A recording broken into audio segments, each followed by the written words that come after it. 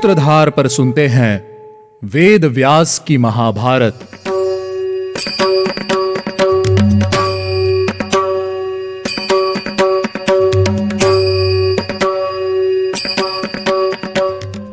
स्वागत है आप सभी का व्यासदेव द्वारा रचित महाभारत पॉडकास्ट के चौथे एपिसोड में। इस एपिसोड में मैं आपकी सूत्रधार मान्या आपको सुनाऊंगी शिष्य वेद की कहानी। लेकिन इससे पहले हम याद कर लेते हैं कि हमने लास्ट एपिसोड में क्या सुना था।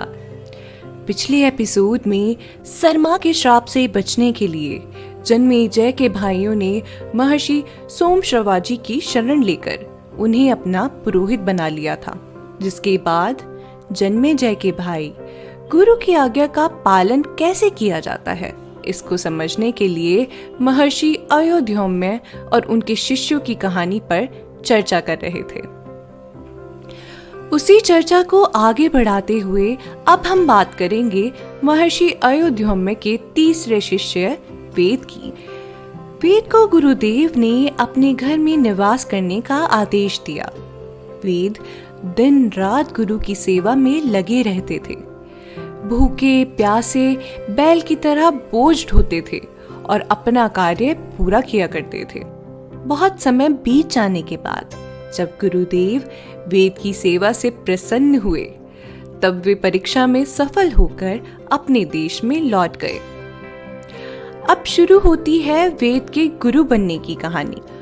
अपने घर यानी के गृहस्थ आश्रम में आचार्य वेद के पास 3 शिष्य रहा करते थे। जन्मेजय, पौष्य और उत्तंग ने आचार्य वेद को अपना गुरु बना लिया था। उन्होंने कभी भी अपने शिष्यों से उस तरह का कोई काम नहीं कराया जो उन्हें अपनी छात्रावस्था में करने पड़े थे।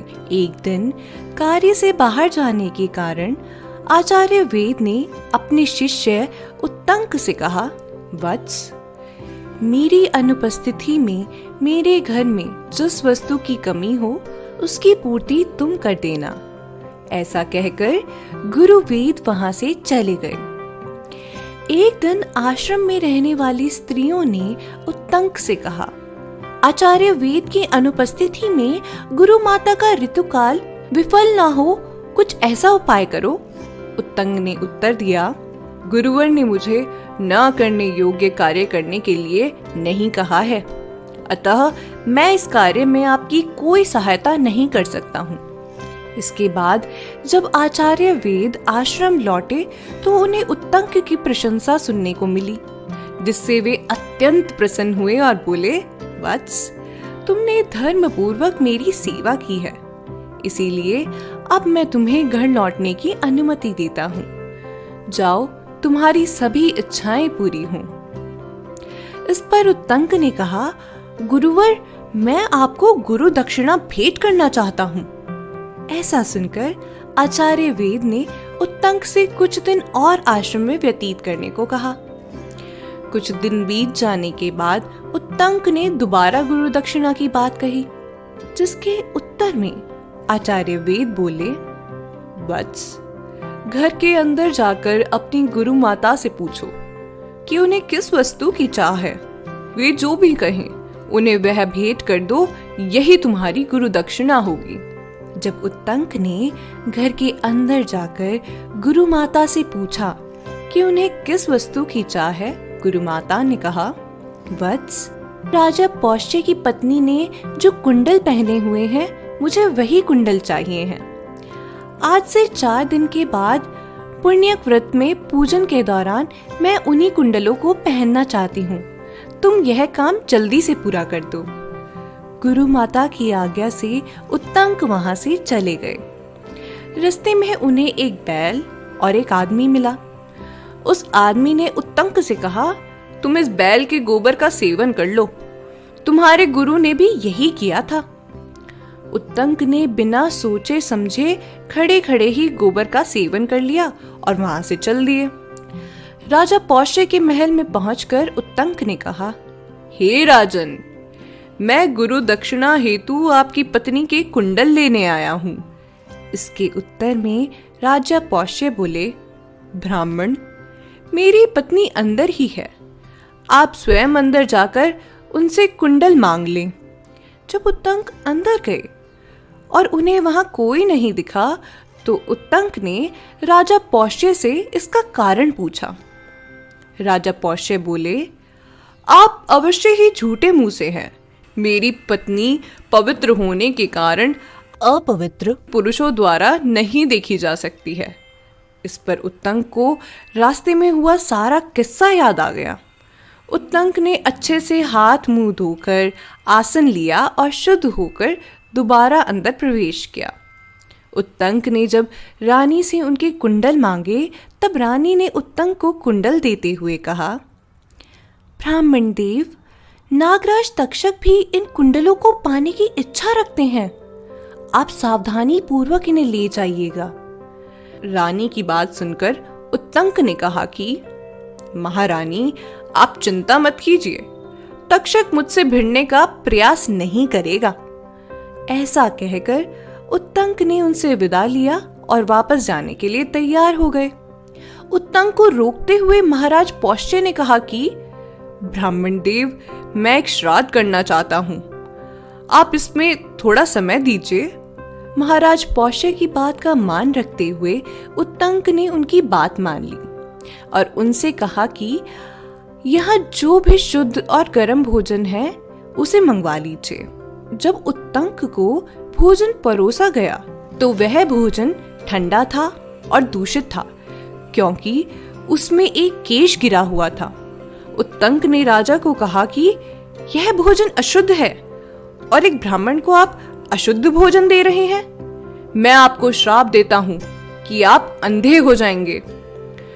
उत्तंक के श्राप देने पर राजा पौष्य ने भी उनको श्राप दिया कि शुद्ध खाने को अशुद्ध बताने वाले ब्राह्मण, तुम भी संतानहीन हो जाओगे।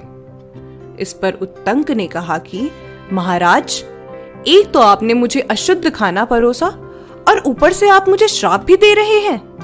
क्या आपको नहीं लगता कि आपको एक बार खाना देख लेना चाहिए? महाराज ने देखा कि खाना तो सच में अशुद्ध है, उसमें केश पड़ा हुआ है और साथ ही साथ खाना ठंडा और बासी भी है।